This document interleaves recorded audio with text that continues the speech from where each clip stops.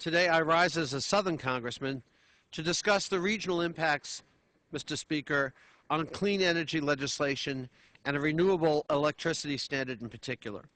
We've heard that it's impossible to have a national electricity standard because different states have different renewable energy resources, and that the southeastern United States in particular would be unable to meet targets established by the Renewable Electricity Standard in the draft American Clean Energy and Security Act now being considered by the Energy and Commerce Committee of this body. I represent a state in which there is not a single utility-scale renewable energy generation facility.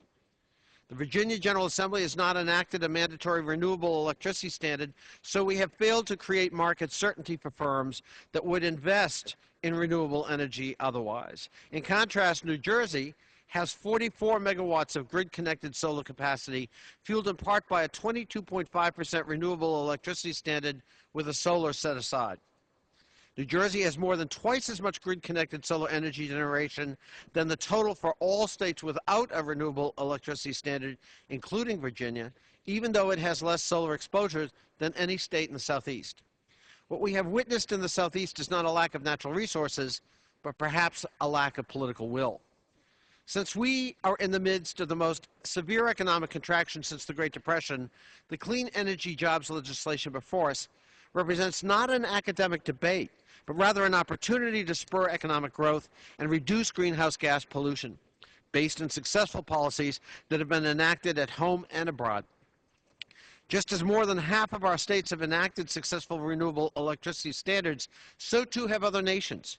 Germany, for example, has lower solar exposure than almost all of the United States, and yet it's the world's leader in renewable energy, as documented in a recent article in National Journal. In the last decade, the number of Germans employed in the renewable energy sector has grown from 30,000 to 280,000. Germany has installed 22,247 megawatts of wind energy and 3,811 megawatts of solar photovoltaic. Strong mandatory incentives for renewable energy have fueled this jobs boom in Germany. The number of coal mining jobs in the United States has fallen by 50% in the last 3 decades, principally due to mechanization. Those coal jobs disappeared from states like Virginia and West Virginia, which lack incentives for renewable energy. In Germany, on the other hand, the number of coal mining jobs also has fallen, but the number of renewable energy jobs created has more than offset the lost jobs by a factor of 5.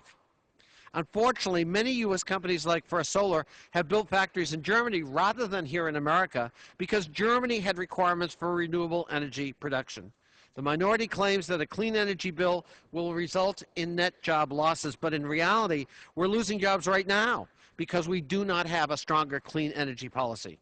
We cannot cling to antiquated modes of energy production that are hemorrhaging jobs and expect to achieve, much less expedite, an economic recovery here at home. If we're to drive economic growth, we must invest in innovation and job creation, not exhausted resources and outmoded systems of production. Here in the South, where we have not benefited from strong renewable energy incentives, we need a national renewable electricity standard to create new jobs in both mill towns that have lost jobs overseas and prosperous business centers such as those I represent in Northern Virginia. The Southeast has wind resources in the continental shelf, in the Appalachian Mountains, and good solar exposure throughout our entire region.